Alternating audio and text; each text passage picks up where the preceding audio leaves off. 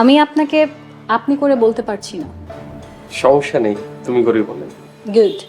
আর একটা কথা, তুমি আমাকে নাম ধরে ডাকবা না, ম্যাম বা ম্যাডাম বলবে, ওকে? রাখো, আমি আসি।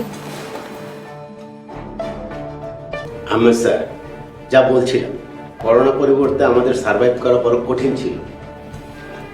সে তো বটেই, কারণ করোনার প্রভাবে আমাদের ইন্ডাস্ট্রি যথেষ্ট ক্ষতিগ্রস্ত হয়েছে। জি স্যার। আসলে এগুলো থেকে উত্তরণের জন্য আমাদের এখন বিভিন্ন পদক্ষেপ গ্রহণ করতে হবে। জি।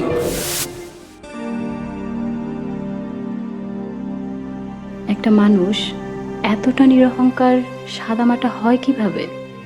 যে মানুষটা চাইলেই পূর্বের অপমানের চরম প্রতিশোধ প্রথম দেখাতেই নিতে পারত, সেই মানুষটা এখন এতটা বিনয়ের সাথে ভালো ব্যবহার কিভাবে করতে পারে?